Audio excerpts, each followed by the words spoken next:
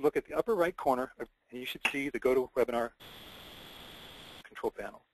In that panel, you can post questions by typing in the lower right box or clicking the hand to raise an issue. So feel free to share those throughout the presentation. Just a quick note about Netwoven. We're a full-service technology consulting firm serving Fortune 500. We're founded in 2001.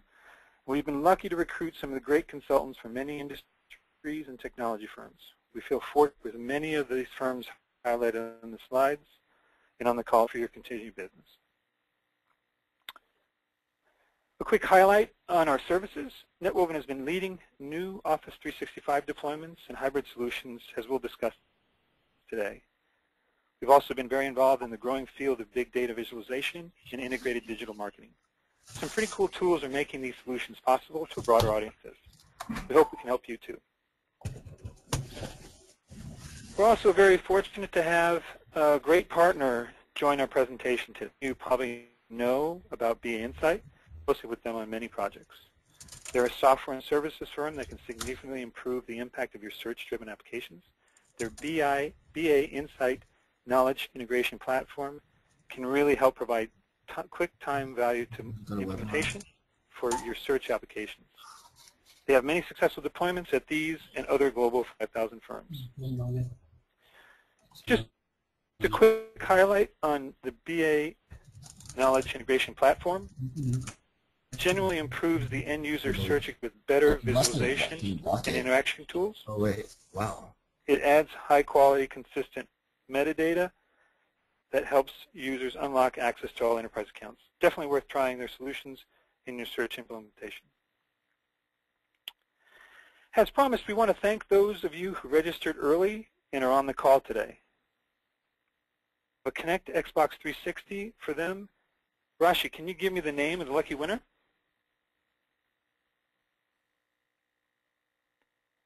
Well, I guess and Rashi's looking up the name, so sorry. But we'll announce that at the end of the call, and we want to make sure that we send you a follow-up email and get your email address, or get you the postage and the package in the mail. All right. Well, Preed from BA Insight as our guest speaker today. He's the current CTO and key architect of BA Insight products. He's a noted author in many SharePoint-related books, and most importantly, he's passionate about search-driven applications, which we love to build. Welcome, Jeff. We also have one of our Netwoven's distinguished principal consultants, Drew Sutton. Drew's been very involved with SharePoint and Office 365 for over 7 years. He's responsible for many successful implementations, and you might remember him from a webinar on Office 365 hybrid solutions. Welcome, Drew. Here's a quick summary of our agenda today. We will discuss some of the market trends we're seeing about people moving to the cloud. Next, we'll talk about search and hybrid cloud solutions. And finally, we'll give you some practical examples on how to succeed with the search development. We have a special offer at the end of the presentation, and we'll try to address your questions by our expert panel. Hope you enjoy the web. Without further delay, I'd like to have Jeff give us some background on the current market trends. Jeff? Thanks, Walt. I think everyone on this webinar has probably heard a lot about cloud adoption, and it may feel like this is a gold rush, but in fact what we see is much more of a measured adoption of cloud. As you can see from the CDW annual cloud report this year, over a third of organizations, this is medium and large size enterprises, are already implementing or running some form of cloud solution, and it's quite deep in the organization. So it's no longer a matter of if, it's really about when people adopt cloud services. There's still some factors and some friction, both the things at the bottom left here, but about concerns with security, customization, etc., but just in some cases a matter of time. And if you look at SharePoint in particular, Forrester just came out with a report that reported relatively small, 8% of enterprises, this is now over 5,000 employees, are planning to go whole hog and be pure cloud in Office 365. But many more are adopting sort of a hybrid cloud deployment. So that's a pattern that we're seeing quite strongly. People are moving to the cloud in a pretty measured pace, but with a strong increase. For example, this 39% last year was 34% the year before, 25%. So steady increase. If you go to the next slide, you can see that this hybrid cloud pattern, which you'll hear a lot about from Microsoft with a phrase, a cloud on your terms, is happening because there's significant benefits, like the things on the left. Yet there's friction, both existing systems concerns, customization concerns, so that running part of your services on-prem and part in the cloud becomes a really attractive pattern. And anytime you have something hybrid, it adds some degree of complexity. But you do get the benefits that we've listed on the lower right here. That you get the flexibility of putting whatever you need to on-prem and whatever you want to in the cloud. And you can overcome some of the concerns about customization or data residency security simply by keeping part of your infrastructure on-prem while other parts go to the cloud. And that's why you'll hear a lot about hybrid cloud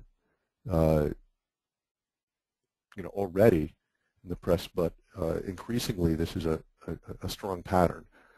If you look at how people are specifically for Office 365 adopting hybrid cloud, if you can go to the next slide, we see two main patterns. The first is what's sometimes referred to as split workload, that you're taking some of the services and running them in the cloud and others on-prem, but within it's all in cloud or not. So for example, companies running Exchange online while SharePoint is on-prem, or Exchange, Link, and Yammer online. The other pattern is a split user, where, and here I'll focus point specifically, there's parts of SharePoint that will be in Office 365 and other parts on-prem. For example, it can make sense to have your extranet in Office 365 because of the flexibility of capacity and security and sharing, but perhaps you've got some highly customized focus sites or services farms that you can't run in Office 365. So it's those two patterns, and we'll be coming back to the split workload, split user later in the webinar. This is happening quite fast. EPG stands for the enterprise group. Again, this is over 5,000 seats that many organizations are already licensed and therefore working to adopt. Already about a quarter, soon about a third. And these patterns are important to think about as you're planning things out.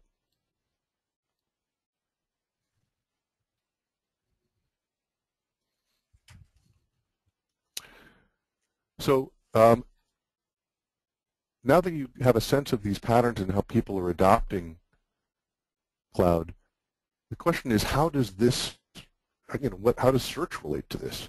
And specifically, because anytime you create a new workload in the cloud, you're creating a silo, and search is very good at bridging those silos. A hybrid cloud project is a search project. Both because you want findability and naturally people want a unified view. And if you look at the next slide, just to give you a sense of it, SharePoint has, especially with SharePoint 2013, very strong search built into it, both on-premise and in the cloud. And there will be content both on-prem and in the cloud, typically different content. Here we've shown, for example, my sites and team sites and profiles in the cloud with some specific both legacy material and workloads on-prem. You can have two separate views. You can look at things in a search center in Office 365 or in a search center on-prem. And those are both supported. You can also provide a unified view, and that's typically what users want. And we'll be talking about that a lot, because bringing this content together so that you can find what you're looking for and aren't concerned about where it lives is what search does really well. And if you look on the next slide, there's two mechanisms that are used to create this unified view that I want to go over because they're sort of fundamental to how you do this successfully. The first is indexing. And the second is what's called federating, or sometimes query fed. When you're indexing, you're going in content and create specific data structures that for findability in a search index. And that gives you control. You can control exactly how the content is crawled and can provide content processing to enrich the content as you're indexing it. So provide control both of performance, the latency of how quickly you get a search result is a big part of the experience, and what impact you have when you're crawling a source system. So indexing is one of the primary mechanisms in terms of search in general, but also a unified view in these. The other mechanism is called federation. And here you can think of this as a scatter gather. You're taking a question or a query, sending it to multiple search engines, and then getting several results back and combining them in some way. And this is kind of cool because you can get at things you can't crawl. For example, you can send a query to Bing or Google when you wouldn't recrawl the entire web. You also don't need servers for indexing or disk space for the index in an extra set of content. If you're crawling across the web, that can be a bandwidth hog. So you don't have that when you're federating. So keep these two in mind: indexing and federating. In general, federation is only as strong as what I call the weakest link. It's only going to be as fast as the slowest search engine involved. It's only going to be as relevant as the least relevant source. And therefore, it's good practice to index when you can, you can't. So with these in mind, I want to show you how these are provided by the SharePoint 2013 search architecture. And I really want to focus on the purple pieces here. In general, there's two doors to any search engine. There's a content door on the left where things go in and are indexed, and a user door on the right where questions come in and answers go out. But crawling is provided through connectors, and the purple content connectors on the bottom are both built-in connectors, but also third-party connectors provided by other companies, and potentially custom connectors you might build yourself. Whereas federation is provided through something called remote result sources, the purple thing on the top. I'll talk about that in a second. And the other factor here is something called the content enrichment web service. This is a way to look at content as you're crawling it and improve it. And it might be mapping metadata. It might be what's called entity extraction to create new metadata, and it's an important aspect of search deployment. So those three things are important in the indexing and federation mechanisms that provide a unified view. And they're built in to SharePoint and SharePoint Search. So it's really cool. A couple things to watch out for, though, if you click the animation, is that there's a couple of these that are not available in Office 365. And this is really in order to provide a high service level from Office 365 that Microsoft has said you can't crawl content from outside of Office 365. So you can get a SharePoint content only, and there's no content enrichment available. Those things are only available from search configuration. If you go to the next slide. So Jeff, sorry, I was unmuted last transition. Can you tell us on what can we do? There's a lot of components here. What can we do today with to make this simple? Yeah, I was sort of transitioning to that in terms of both the crawling and federation mechanisms are things which are pretty strong in Office 365, but which can use some help. And for crawling in particular, there's indexing connectors, and this is one of the things that my company BA Insight provides, is indexing connectors to lots and lots of different systems, as you see on the left. These are typically on-prem, but they may also be other cloud services like Salesforce.com. And one of the connectors, an Office 365 connector. So that is something that is also not available out of the box. You're crawling Office 365 from on-prem. If you look at the next slide, please.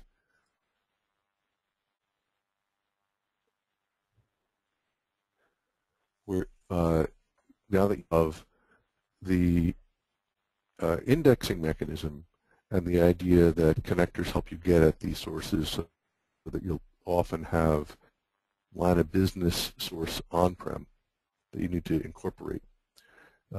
The federation is accommodated through a new mechanism in SharePoint 2013.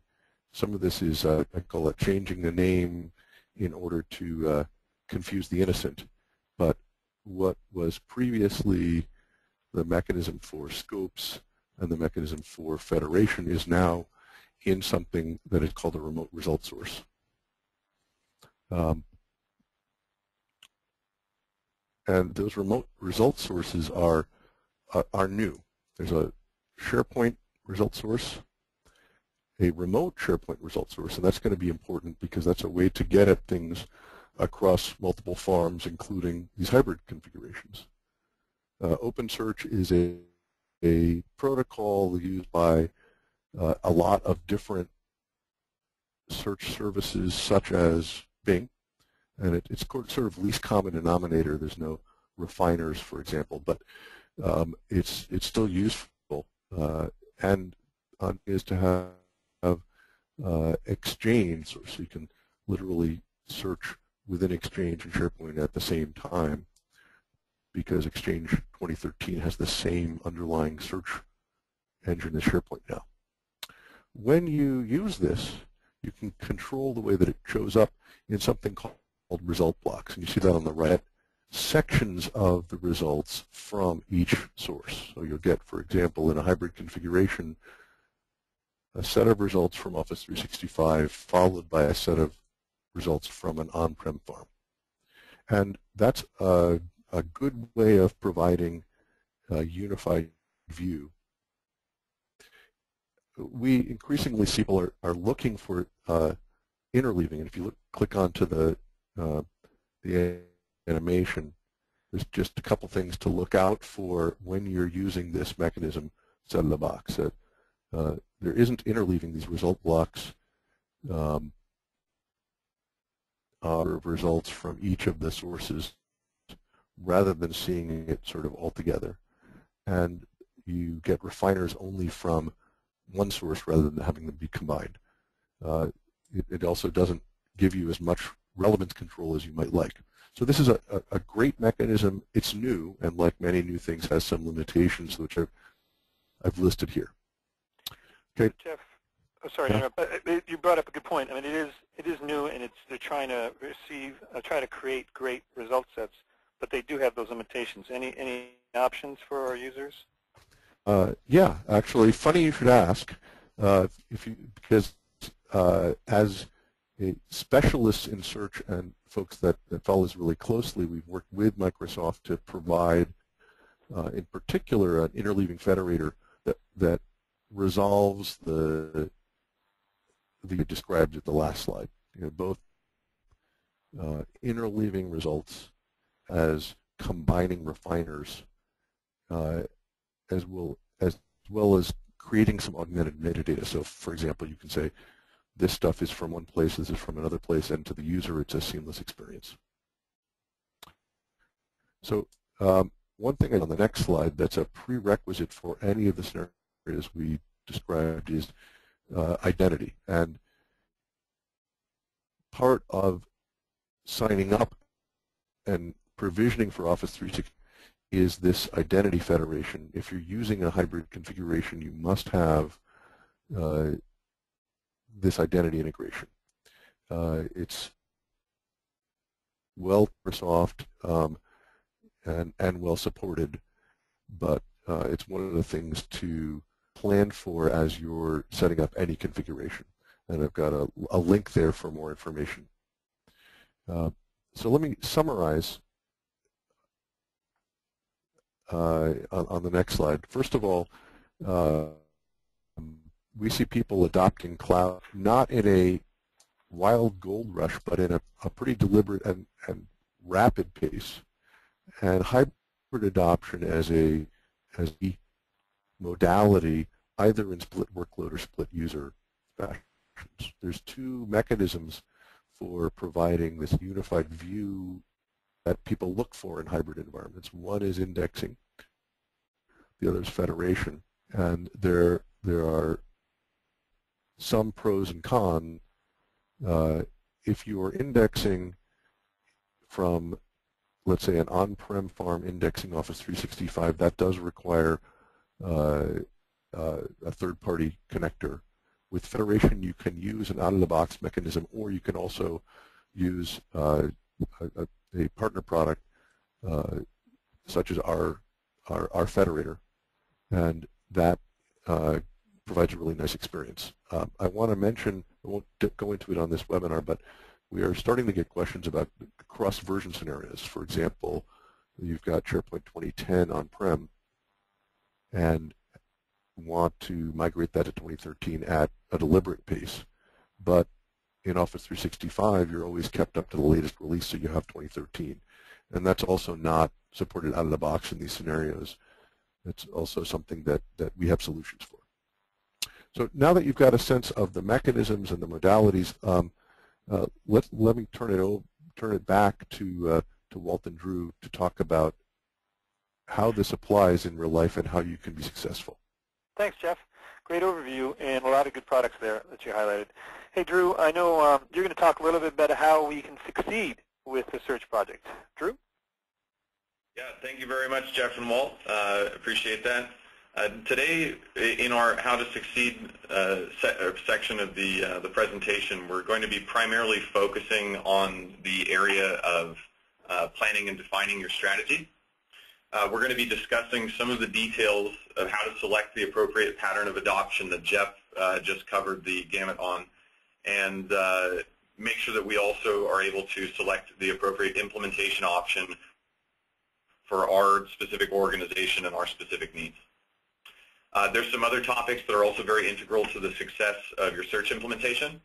I will touch on some of these. Others I'm just going to go ahead and mention right here. Definitely, as I mentioned in the last webinar, if you have the opportunity arise that it makes sense to take advantage or to move as part of your strategy, to move content to the cloud or to move content on-prem, that you definitely want to take advantage of that. Use the opportunity to enhance your metadata, restructure your information architecture to tie up some of the loose ends that have been caused over time and growth. And this ultimately enhances your search and the search experience. We also have the fact that the development and the administration model has changed tremendously for cloud and hybrid deployments from what many of us are familiar to on-prem. Making sure that your team is ready to absorb those changes is extremely important to being successful. We've also seen and will continue to see in this presentation that users have a ton of power at their fingertips with a lot of the new search functionality that Microsoft and its partners have provided. However, obviously using this power requires understanding of a few different things. How to make use of query syntax, what the different configurations are, or result sources, or result blocks, or result types, and us educating our users to what those are and how they can use them really ends up providing our IT teams and our implementation teams back with valuable insight about what we should be doing to service their needs. And lastly, obviously our content is ever changing, and so must our search implementation be to keep up with the demand. So we have the option of analyzing metrics from the search service, as well as the ability to gather more subjective feedback. Making sure to incorporate both of those different inputs into a feedback loop is essential for continued success. Okay, so moving into the beginning of a search strategy, what we usually do with our clients is a strategy workshop. The strategy is largely but not fully dictated by search and search requirements.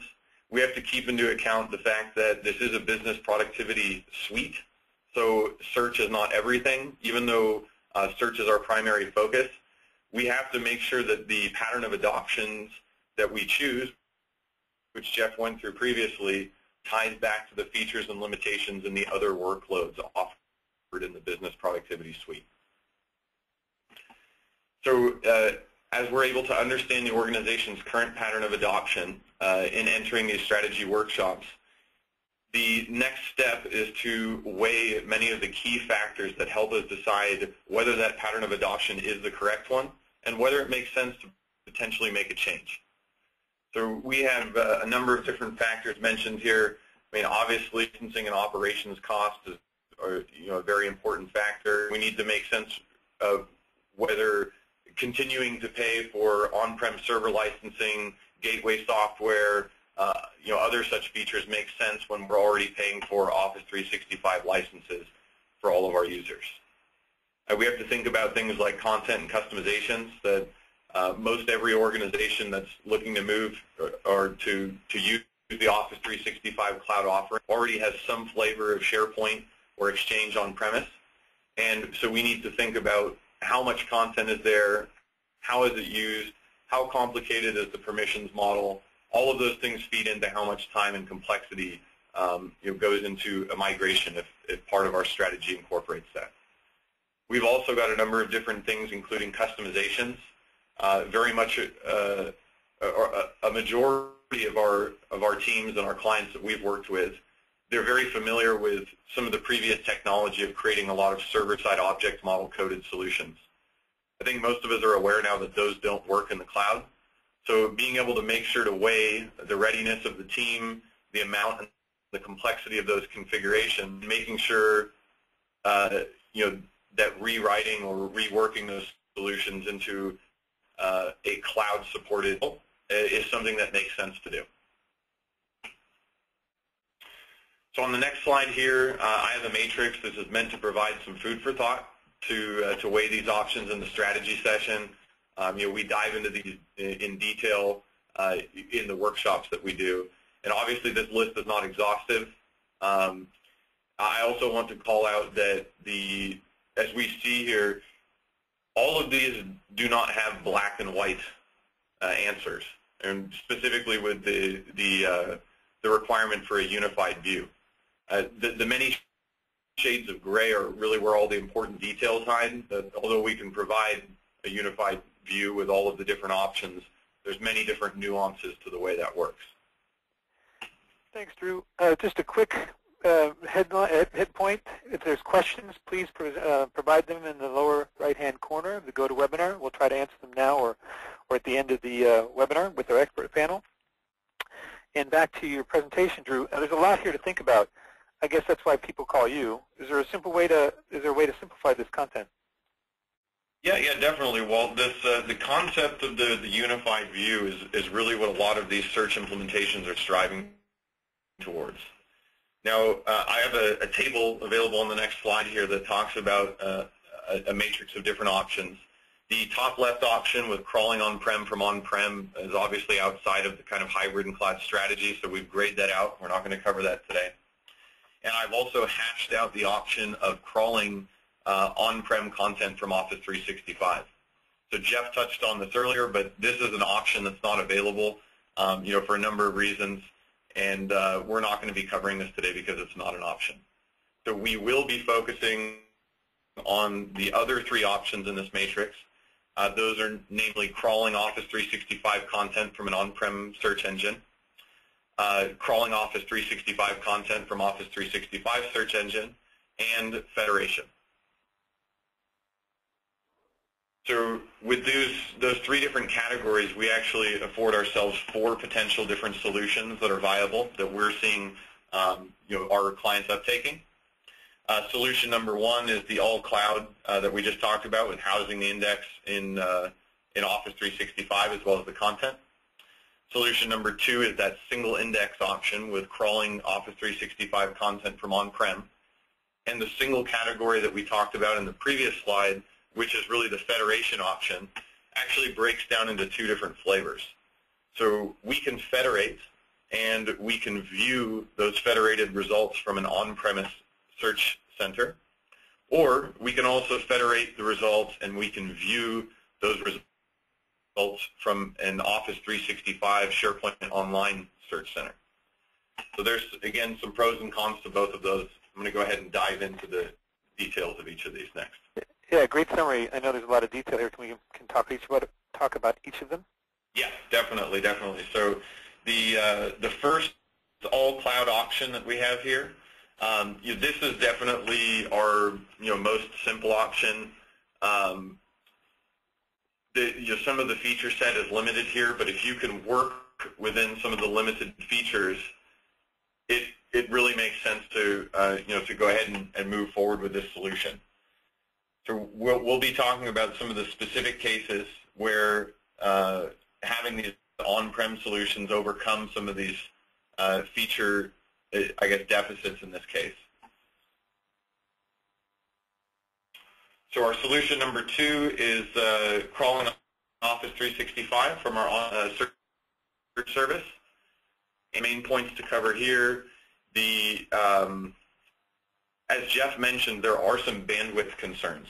This is definitely a preferred option in many cases. It allows us to have a lot of control over unified relevancy and ranking. It allows us to use a lot of our kind of custom features that we're accustomed to on-premise, with being able to search content from other line of business applications using connectors, and enriching that content while we're processing it in the pipeline.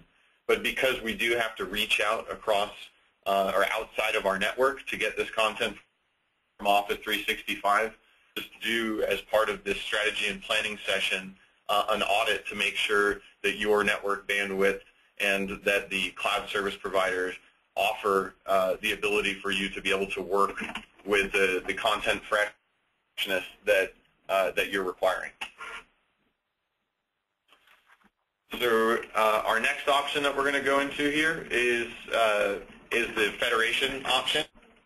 So we have, in this scenario, the crawl load is split making it amenable to situations where app bandwidth is not always available.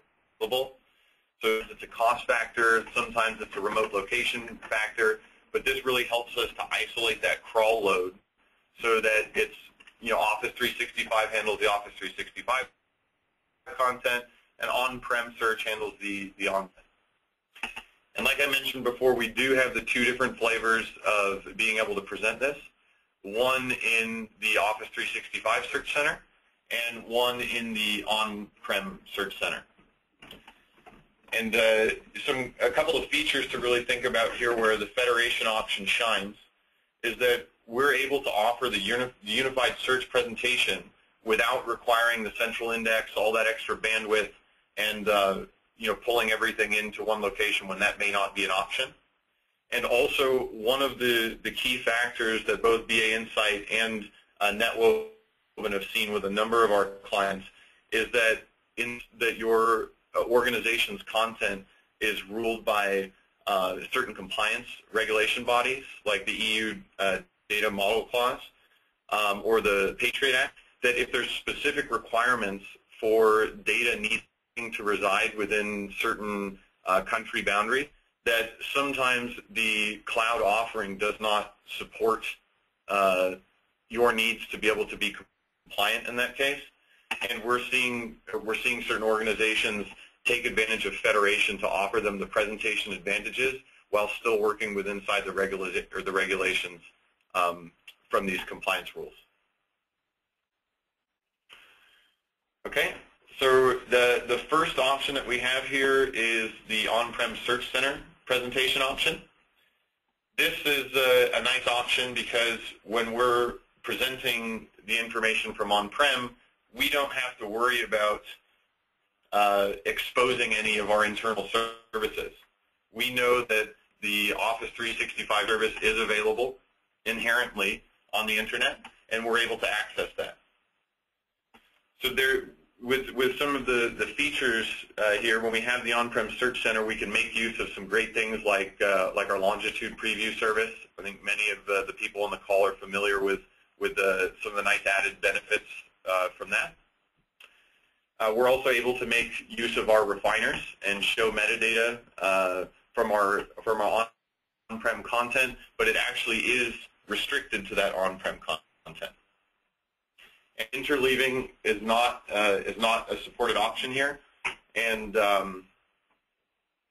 one thing that we can actually do, though, to help work around some of these limitations, Jeff has mentioned the BA Insight Federator, and this product, in the case of federation, actually allows us to interleave those results. It allows us to interleave those refiners, and it also allows us to make use of the custom web parts that we have in our on-prem solution, even for the cloud results that we have returning.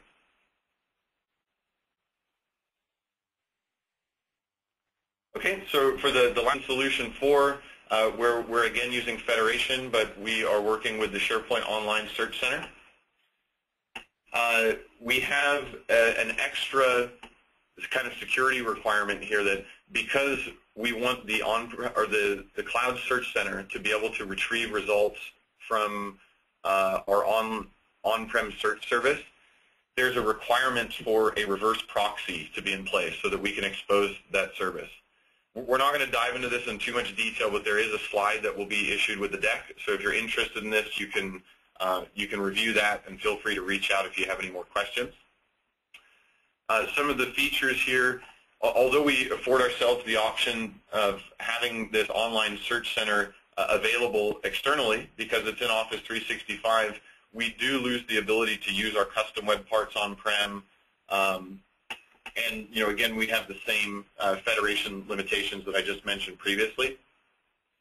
So some of these can be overcome on-prem, but in this particular situation, because the federator is something that we can add, but it's added on-prem, it would allow us to integrate multiple search engines results from on-premise, but we still cannot interleave the results in our Office 365 Search Center, and we're unable to interleave the refiners as well. So there's some options there about whether it's important for this to be available externally, or whether some of the more feature-heavy options are required.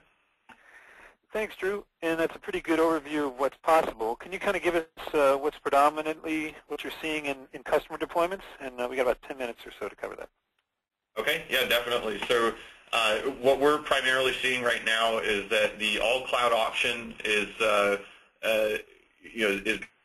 becoming quite prominent sometimes because it is a little bit short on features. There's still a bit of hesitation to move there, and definitely solutions 2 and 3 with doing the single index or federating and using your on-prem search center and still affording yourself all of that enhanced UI and third-party functionality is really where we're seeing the traction. So we're going to go ahead and actually take a look at some real-world examples next where we've seen this in action. So our first use case here is with a company that ended up going for an all-cloud search. So we actually identified Contoso as a perfect candidate for the all-cloud solution. We didn't identify any blockers by feature or resource skill set in this case. And we also identified some great value adds by making the move to the cloud. So by changing the pattern of adoption to all cloud from the use case that they were in, we were able to take advantage of the external access. We were able to decrease the operational overhead and still meet the features that were requested by the client. And we also made sure to basically address the information architecture concerns and issues that have developed over time in their on-prem SharePoint instance. And we are able to also, as part of this, plan some new classification taxonomy, which enabled a very rich search experience for the users, even in the cloud. We also opted, or the client also opted to engage in some governance planning with us after seeing some of the issues that were caused by the information architecture growing outside of the bounds in their SharePoint 2010 environment on-prem. It really made sense for them to do a little bit of planning so that we could keep the growth of content and use of system within the confines of what was planned. And then we also did some migration planning to make sure that we could provide continuity, business awareness, and make sure the appropriate communications were sent out. And then finally, they also had a strong requirement to be self-sufficient in serving their user needs afterwards. So we actually worked with them to do a development fast-track session, which provided them with some quick uptake of knowledge in the new SharePoint 2013 workflow, the apps model, some adaptive design technologies, including display templates, JS Link, and a number of other cool features that offer as a rich set of functionality for designing our user interfaces, even in the cloud. Here I want to talk about a few of the components. We definitely made use of the managed properties, as I said. We enriched some of the migration, which gave them the use of the refinement panel so that they could work to much easier, much finer content in the cloud. We also use result types and display templates so that the different types of content that we're returning in the results, we were able to style them appropriately so that they were useful for the end users, and that it wasn't just a one-size-fits-all, that we were able to target content based on what it was and where it came from. Okay, the next use case we're going to talk about, we had another client, we're going to call it VentureWorks here, that we actually identified the split workload scenario making sense. That was the scenario that they were in currently. They didn't have to actually move in this case. It just so happened that it made sense to stay. They had some requirements for search indexing exchange data and providing previews for that exchange data. They also had enrichment of content from their CRM system. And there was also some data residence compliance that was forced onto the SharePoint content, and this all ended up requiring the SharePoint content and search to stay on-prem.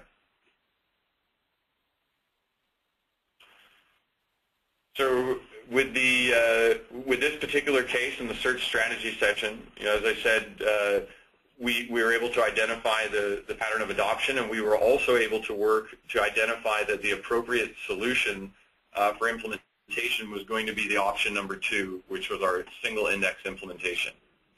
They needed to enrich the content from Exchange with some of that CRM data. And there were also some UI design requirements for the preview of Exchange Mail, both which required the on-prem ability to do that content enrichment web service that Jeff discussed earlier in the SharePoint 2013 search architecture slide. So there was some interesting work that we were able to do in this area, actually, because the preview was one content enrichment web service, and the enrichment of the information from the CRM system was actually another. We had to do some custom work, which is actually going to be available on our Netwoven blog site in the next few weeks. So if you're interested, definitely take a look. But it's not easy to daisy chain these multiple content enrichment web services, and there's an architecture to build that out correctly. So, as I said, take a look for that on Netwoven blogs. There'll be some good stuff coming up in the next few weeks. And finally, we also did an information architecture and governance review. We wanted to make sure that all of the mail and the attachments were actually receiving the appropriate metadata enrichment that we were hoping for from the CRM system, and making sure to plan out what those particular dimensions were. Turned out to be very valuable in the end.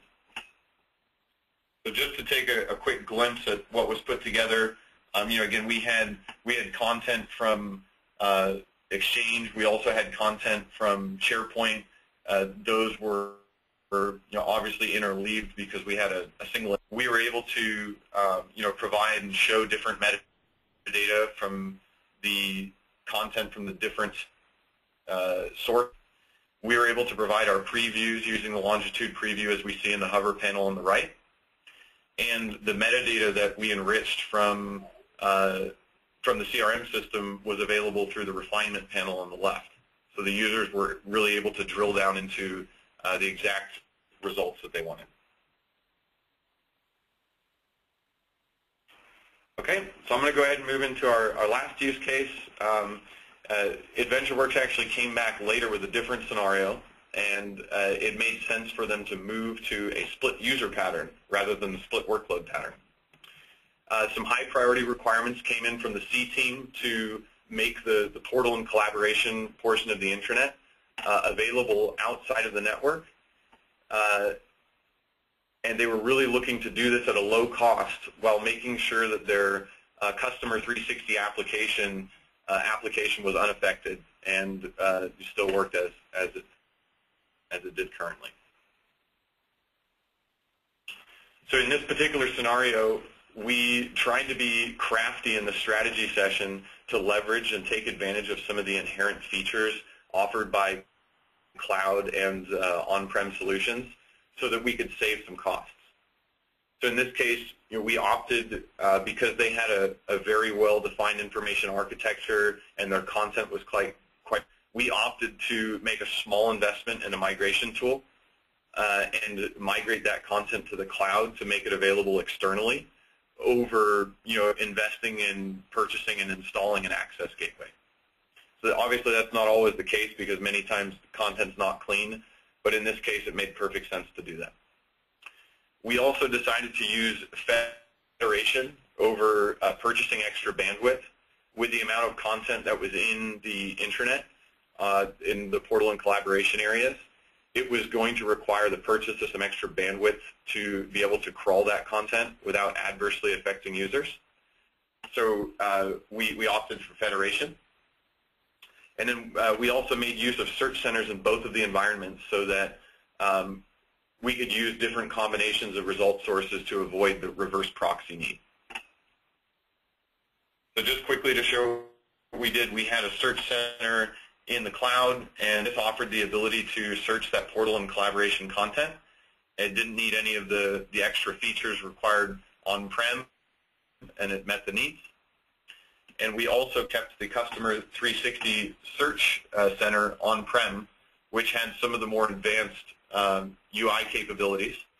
And we, rather than going for a more complicated option, we went with federation so that we could actually pull the Salesforce.com data, we could pull the Exchange data, and we could pull the SharePoint data into a unified view without having to make any heavy investment in presenting that information.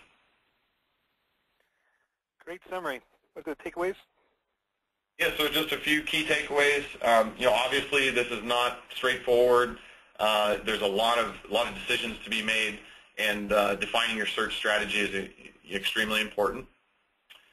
The patterns of adoption that we've seen, they are wider than search. Again, we've talked about readying your development team, communications, all of the different functions that weigh into the other workloads.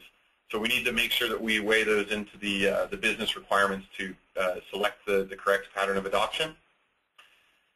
Refining and combining our implementation options. We've seen that it's not always the case that you just select one. In our last option, we actually interwove two of those. So being able to pick that correct combination is key. And some key extensibility and third-party tooling can definitely offer significant savings. So it makes sense to evaluate some of these things like the federator and some custom enrichment options to potentially overcome limitations with what's available out of the box. Okay, back to you, Walt. Thanks.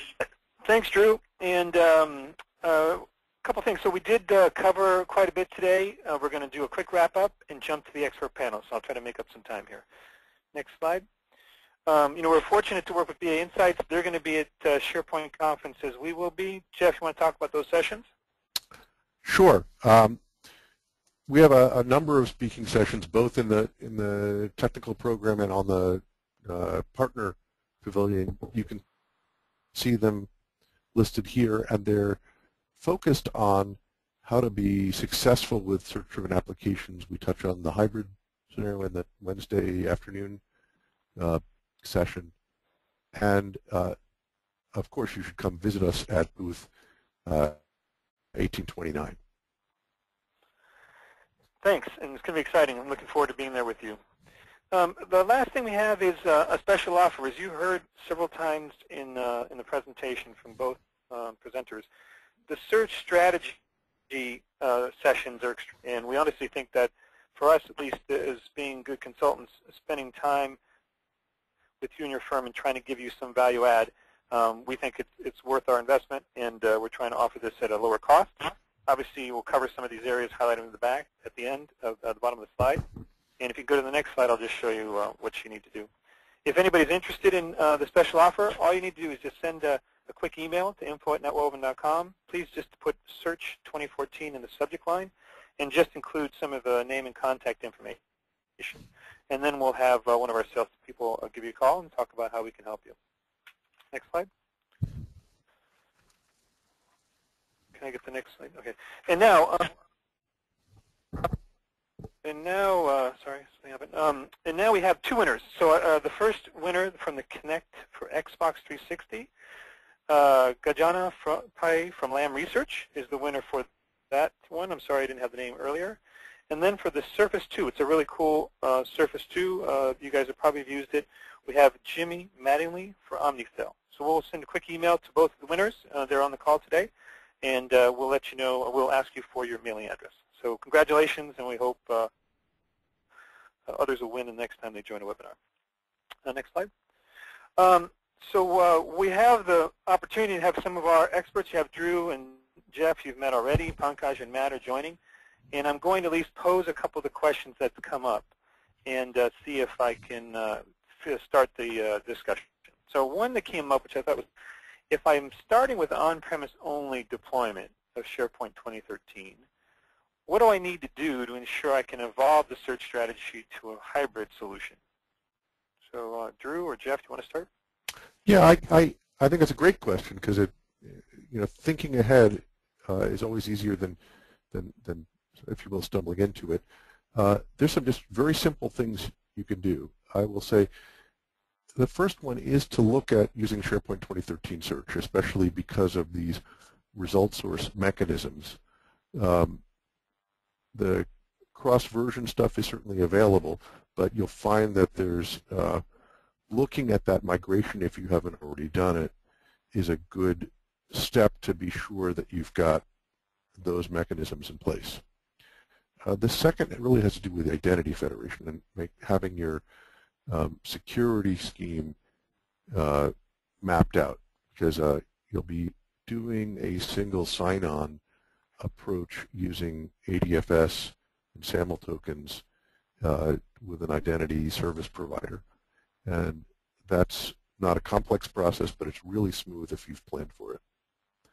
And the third thing is to just keep track of the content sources you're searching and which ones are authoritative, which ones are important, because you may find yourself segmenting those in the search experience as you get into a hybrid scenario.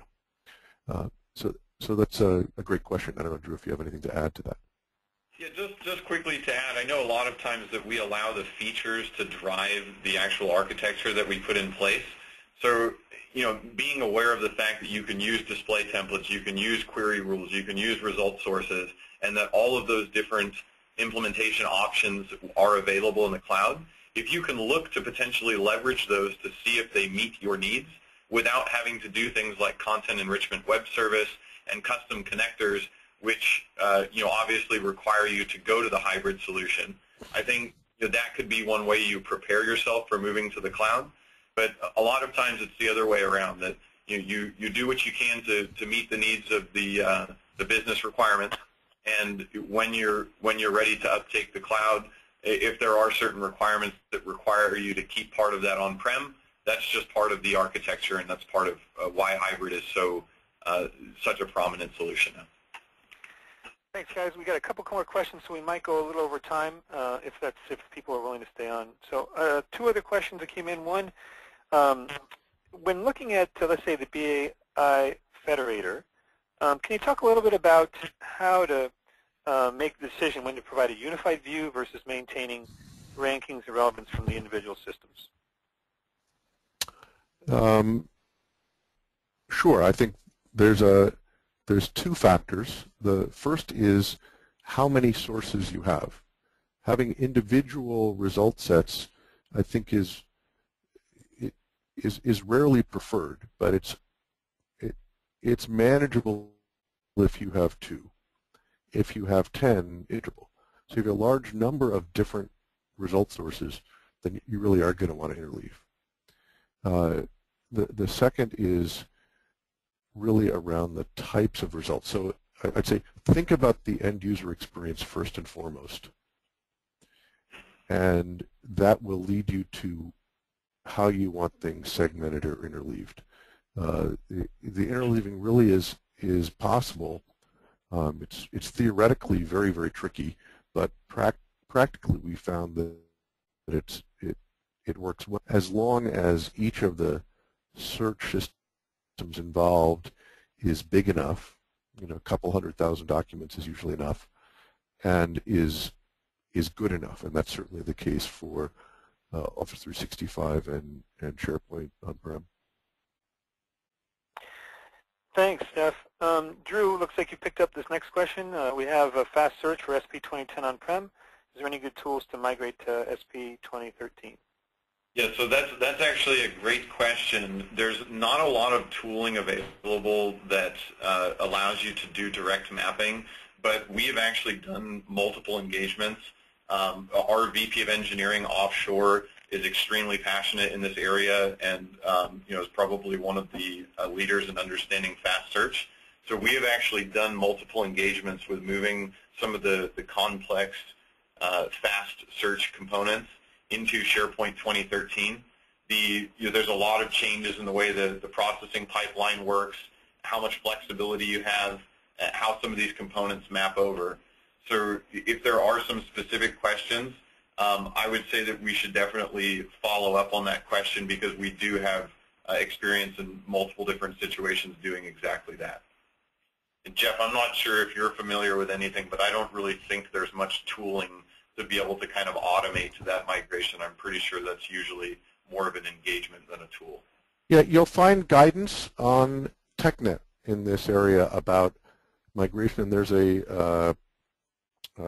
actually a presentation on migration that's available from the last SharePoint conference. There'll be some content at this SharePoint content, but when you look at a full project, I totally agree with you, Drew, that there's using the facilities that are there, you'll probably still want some help.